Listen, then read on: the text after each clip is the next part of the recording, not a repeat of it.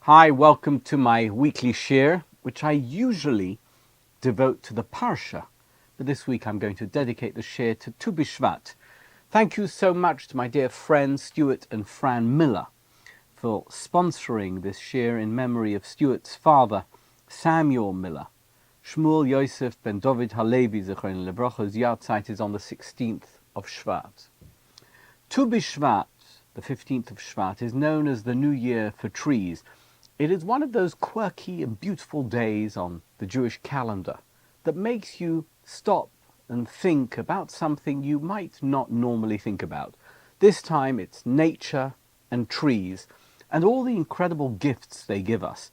The origins of Tu Bishvat go all the way back to the Mishnah in Rosh Hashanah, chapter Aleph, Mishnah Aleph, where it talks about the 4 New Years, the 4 Rosh Hashanahs of the Jewish calendar year. One of these Rosh Hashanahs, the one that's listed and called Tu Bishvat, that we call Tu Bishvat, is the 15th of Shvat, which the Mishnah tells us marks the new year for trees. Now, why is this relevant? As you know, the Talmud is all about halacha. So what's the relevance in Jewish law for the new year for trees? Who cares? Well, it's all about tithes. The contributions we give to the Leviim, Maser Rishon, or the Maser Sheni we bring to Yerushalayim. We need to figure out which year the fruit belongs to, so farmers can separate their portions of Maser from the crops accordingly. Anything blossoming before Tu Bishvat, that's last year's harvest. Anything after that, it's part of the new year. Essentially, Tu Bishvat is a cut-off date in the tax year. Not really a festival, unless, I don't know about you, you celebrate giving taxes. But over time, as we all know, Tu Bishvat grew beyond its agricultural bookkeeping roots into something much more celebratory. It became a kind of quasi-Yom Tov, a minor festival, like Purim maybe, with its own customs and its own special prayers. The first rabbinic authority to mention Tu Bishvat as a festive day is the Maharil, Rabbi Yaakov Molin of Mainz, who lived in the late 1300s and early 1400s and is the source of the earliest Ashkenaz minhagim, the customs of Ashkenaz. Maharil writes about eating fruits on Tu Bishvat, though he doesn't specify that the fruits we eat should be associated with the land of Israel, which is what we're going to talk about today. As he puts it, Yesh lechol peres shel ilonos beTu Bishvat, leharos shehu Rosh Hashanah leilonos. It is usual to eat fruits of the trees on Tu Bishvat to show that it is the new year for trees. From the way Maharil expresses it, it's clear that by the time he was writing his Sefer of Minhagim, Tu Bishvat had become already a day to honor trees by eating fruit. Fast forward to the 16th century, the 1500s, and the mystical revival happening in Tzfas under the Arizal, and Tu Bishvat was elevated to a whole new level. The Kabbalists of Tzfat introduced what we know of as the Tu Bishvat Seder, which is like the Passover Seder, but for fruit, complete with blessings, symbolic fruits, and deep meditations on how everything in the physical world has a spiritual counterpart. This whole concept was captured beautifully in a groundbreaking Kabbalistic book called Pri Eitz Hodor, Fruit of the Beautiful Tree, which was published in the 17th century Sefer Chemdas Yomim. Customs for Tu Bishvat are as varied as the Jewish world itself. Ashkenazim often focus on eating fruits from the land of Israel, especially the Sheva Minim, the 7 species that are mentioned in the Torah as special to Israel. They eat 15 fruits and accompany each fruit with one of the Shir Hamalos Tehillim going along in order. Sfardim, inspired by the mystical Kabbalists, hold elaborate seders featuring as many fruit as they can find, wine, and they read passages from Pri Eitz Hodor. Hasidic custom includes their own mystical twists and adds singing and other unique customs that they do. A Tu Bishvat Seder typically begins with fruits from the Sheva Minim. Only fruits that require the Borei Pri Ha'etz blessing are relevant for Tu Bishvat, not those that require a Borei Pri Ha'adama bracha, because they don't come from trees, and it's the Rosh Hashanah for trees, right? Traditionally, The first fruit we eat on Tu Bishvat will be a new fruit. In other words, one that hasn't been eaten or hasn't been consumed this season, so that we can recite the Shehecheyanu Bracha, which expresses gratitude for reaching this special moment. We start the Seder with fully edible fruits, such as grapes or figs, which are eaten with the skin. We then move on to fruits with inedible pits or seeds, like olives and dates, and we conclude with fruits that are protected by an inedible outer shell, like pomegranates. Each fruit is accompanied by specific blessings and customary reflections, and the aim is to connect the physical act of eating the fruit to the spiritual realm. In some communities, the Tu Bishvat Seder is also an opportunity to reflect on themes of gratitude, hoidah, also renewal, and also the sanctity of nature. These days, for example, Tu Bishvat has also picked up a modern twist as a day to think about nature and the environment. In Israel, it's all about planting trees and reconnecting with the land. Rav Kook, Rav Avram Yitzchak Cohen Kook, the first chief rabbi of Israel, saw Tu Bishvat as a celebration of the deep bond between the Jewish people and Eretz Yisrael, the land of Israel. He believed that the day highlights the Jewish people's connection to Eretz Yisrael, both spiritually and agriculturally. By planting a tree in Eretz Yisrael, he said, we are demonstrating our hope and our belief in redemption, both personal redemption and national redemption, the time of Mashiach. The Sdei Chemed adds another layer to this. He notes that while Tu Bishvat isn't a formal holiday, it's not really a Yom Tov, there are no obligations or prohibitions like other festivals on Tu Bishvat, so you can't call it a Yom Tov. It's still a meaningful day. It's a meaningful day to connect to the land of Israel. He talks about the minhag, the custom of eating fruits, especially those of the Sheva Minim, as a way to feel connected to the land of Israel. No matter where you live, you don't have to live in Israel for that. He points out that eating these fruits isn't merely about enjoying their taste, it's about recognizing God's providence and expressing gratitude through the blessings that we say. For the Sdei Chemed, Tu Bishvat is an opportunity to turn something as simple as eating fruit into an act of spiritual awareness and connection to the holiness of the land. It's a moment to appreciate not only the fruits themselves, but also the values they represent, God's blessings, the beauty of creation, and the ongoing bond between the Jewish people and their homeland. Okay, now that we've got the basics of Tu Bishvat down, let's talk more about the Sheva Minim. The Sheva Minim, the 7 species for which the land of Israel is praised in the Torah, represent 7 forces within us. Just as Eretz Yisrael is a land where these 7 species grow and thrive, our souls are like fertile soil, mini lands of Israel, where these 7 forces are planted and can thrive. When the Torah says that Eretz Yisrael is praised for these 7 species, it means there's something special about them that we should take into our own lives, to the gardens of our souls. Each species brings a different type of strength, both physically and spiritually. They are 7 vital forces that nourish and sustain us in profound ways.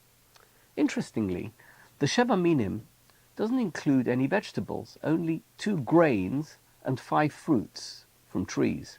Unlike vegetables which spoil quickly, these species are known for their longevity. Wheat and barley can last for years, grapes as raisins or wine, figs as dried fruit, pomegranates with their thick protective skin, and olives and dates in preserved forms. Every single one of the Sheva Minim is built to endure, to last, teaching us timeless lessons about resilience and permanence.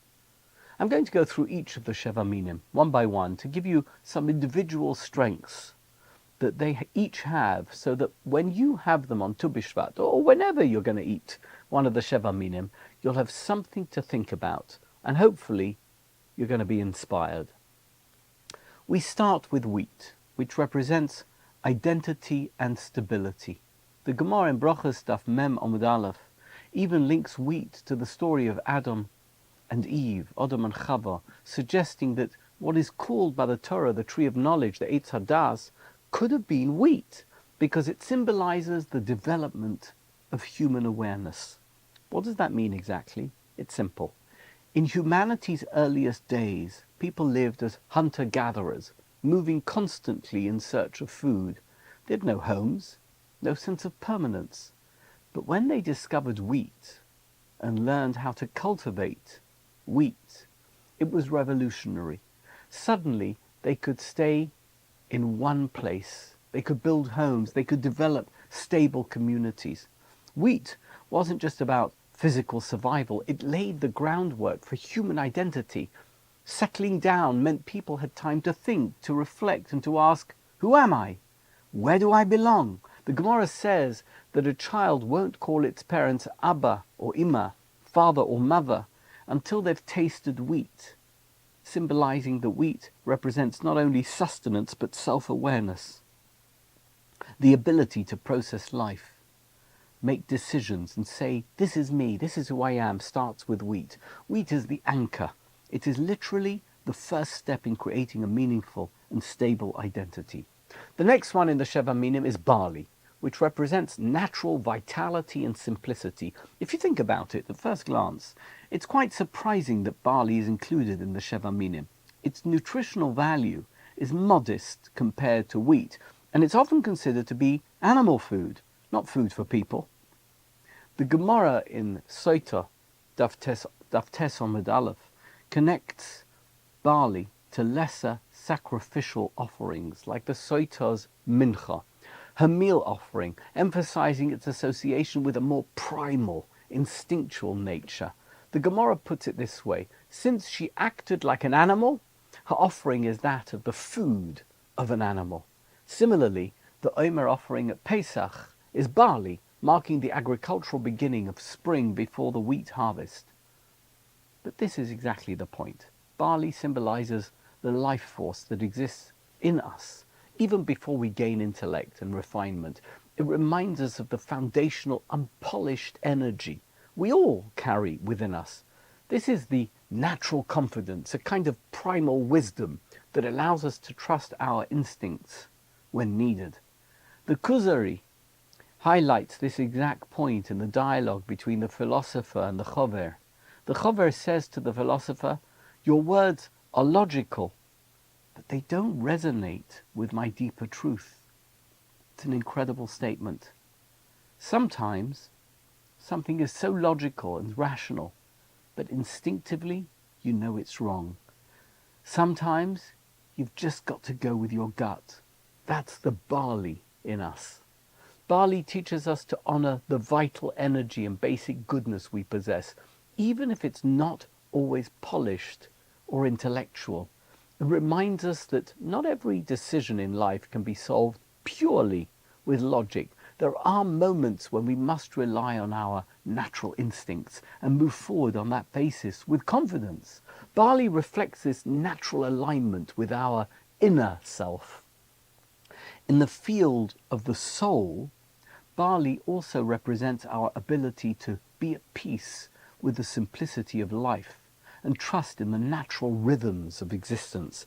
It's about nurturing the sense of vitality that keeps us grounded and healthy. Just as barley provides basic sustenance, it provides us with the emotional nutrients to trust ourselves and even to take risks and grow naturally.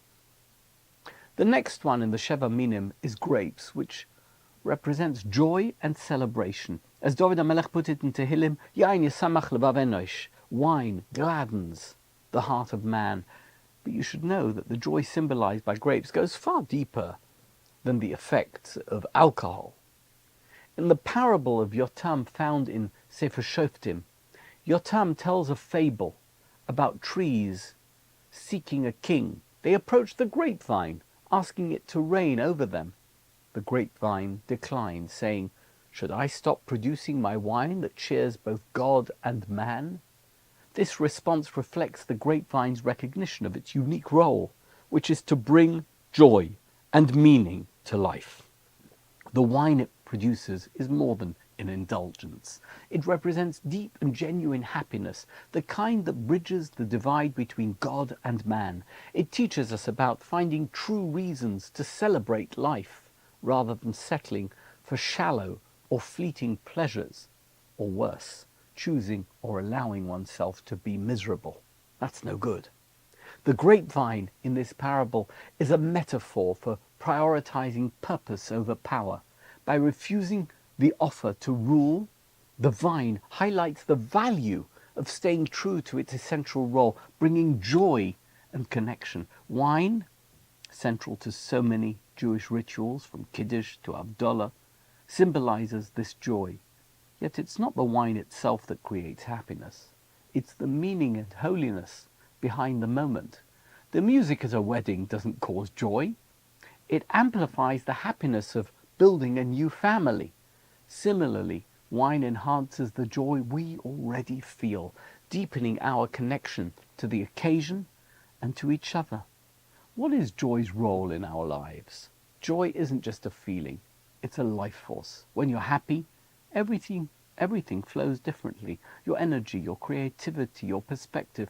As the Hasidic masters said, sadness contracts the soul while joy expands it. True happiness gives you the strength to navigate challenges and renew your spirit. Grapes and wine teach us to seek out the genuine blessings in our lives and amplify them. They encourage us to celebrate with intentionality, whether through the rituals of Shabbos or the spontaneous moments of gratitude in daily life. Wine doesn't make us joyful, but it helps us access the inner joy of our souls, the kind that uplifts us and energizes us.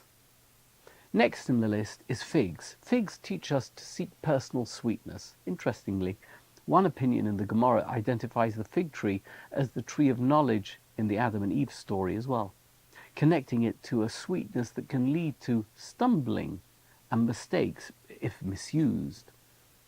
Sweetness is powerful. It draws us in, but it can also lead to overindulgence. The unique quality of the fig lies in its delicate and balanced sweetness. Unlike dates, which are intensely sugary, figs have a gentle flavor, making them an invitation to appreciate life's subtler pleasures. They're sweet, but not too sweet. Figs also stand out among the Sheva Minim as the only fruit that ripens individually, and then it softens as it matures.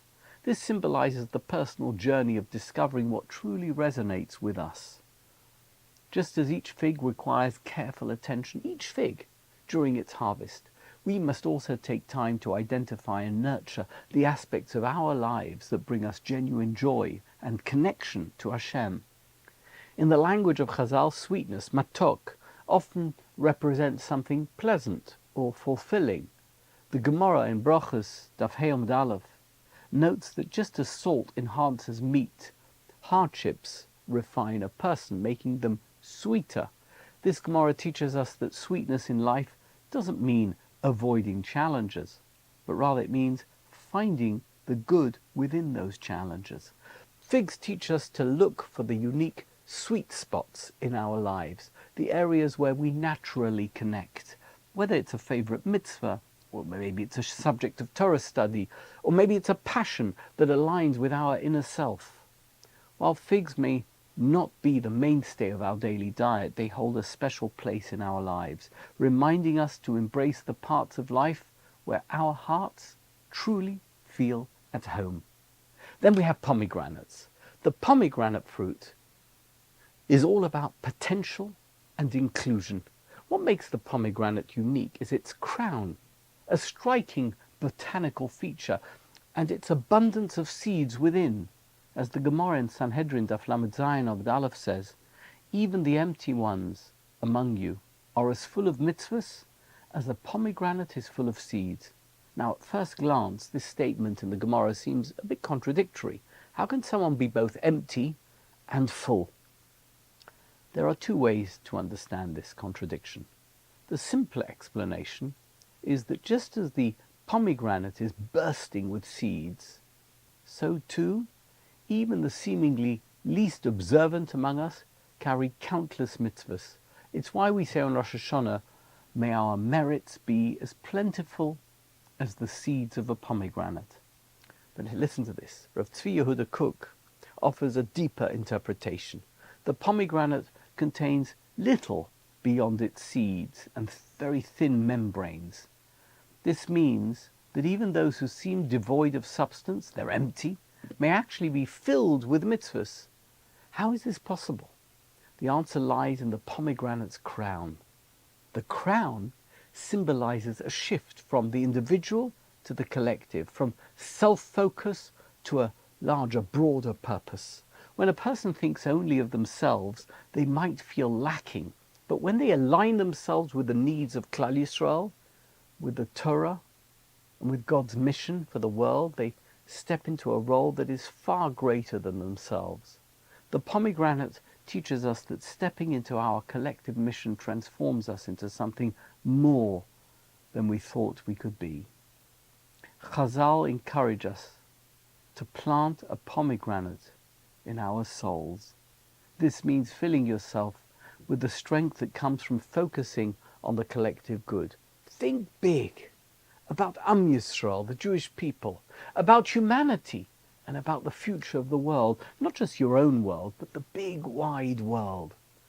The pomegranate's crown reminds us that when we focus on something higher, we become filled with a sense of purpose and potential. Another interesting point is this: although the pomegranate's skin is tough and inedible, it protects the precious seeds within.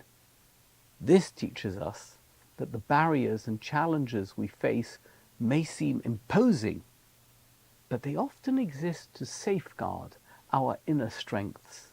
When we focus on the larger mission, our personal struggles become secondary, allowing us to tap into a deeper collective energy that drives us forward. Next on the list of Sheva Minim is olives. Olives represent resilience and faith. Unlike the other fruits of the Sheva Minim, olives are not sweet. On their own, they're bitter, but their true value lies in the oil they produce, a rich, life-sustaining resource that emerges only through crushing, pressing, and effort. This process symbolizes the hidden potential within us, which often only comes to light through challenges and perseverance. When we look at an olive, we don't see the oil it contains. You can't see it. It's not visible. Similarly, our greatest strengths and abilities often remain concealed until we face adversity. The olive reminds us that even when life feels overwhelming, there is immense inner goodness and light waiting to be revealed. The act of pressing olives to extract oil is a metaphor for the work we must do to uncover our true selves. It's not easy, and it can even feel crushing at times, but the reward at the end of the day is worth the effort. Olive oil is also deeply symbolic in Jewish tradition. It lights the menorah in the Beis Hamikdash. When you light an olive oil lamp, it illuminates the night, and it also serves as a reminder of the wisdom gained through toil and perseverance. Learning Torah at night, as described in Chazal, mirrors this symbolism. It requires giving up comfort and investing energy, but it yields clarity and enlightenment. In addition to resilience, the olive tree itself teaches us patience and faith. It is a hardy tree that takes a long time to mature and bear fruit, but it can thrive in difficult conditions. This is very similar to the story of the Jewish people throughout our history. Chazal compares scholars to farmers who tend their fields, drawing a parallel between the slow, steady process of agriculture and the faith required to grow spiritually. And finally, on the list, we get to dates. Dates give us the strength to persevere and find sweetness even in adversity. In the Torah, dates are referred to as dvash, honey, and Chazal explained that the honey the Torah talks about specifically comes from dates, not bees. The date represents sweetness, but in a very different way from the fig. While figs are inherently sweet and symbolize the things in life we already enjoy, dates have a transformative quality. They sweeten other things. In ancient times, date syrup, or silan, as it was called, was the primary sweetener, not sugar.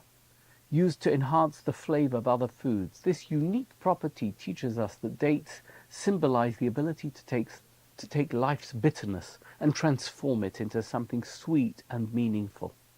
The Pasuk in Tehillim, Tzadi Beis, says, Tzadik katoma yifrach, the righteous shall flourish like a date palm. And this statement captures the essence of the date tree. Unlike most trees, the date palm grows tall and straight without branching out. It reaches upward with resolute focus, a metaphor for steadfastness and purpose. To grow dates, two opposing conditions are required: abundant water and extreme heat. This paradox mirrors the challenges we face in life. The date palm thrives in harsh environments like the deserts of Israel, making it a symbol of resilience and determination. A person encounters dates in the desert, often in an oasis. The desert represents life's struggles, those moments when we are stripped of comfort, we're stripped of certainty, we're searching for meaning and direction. The date tree in the desert offers a glimmer of hope, a source of sustenance and sweetness in an otherwise barren landscape.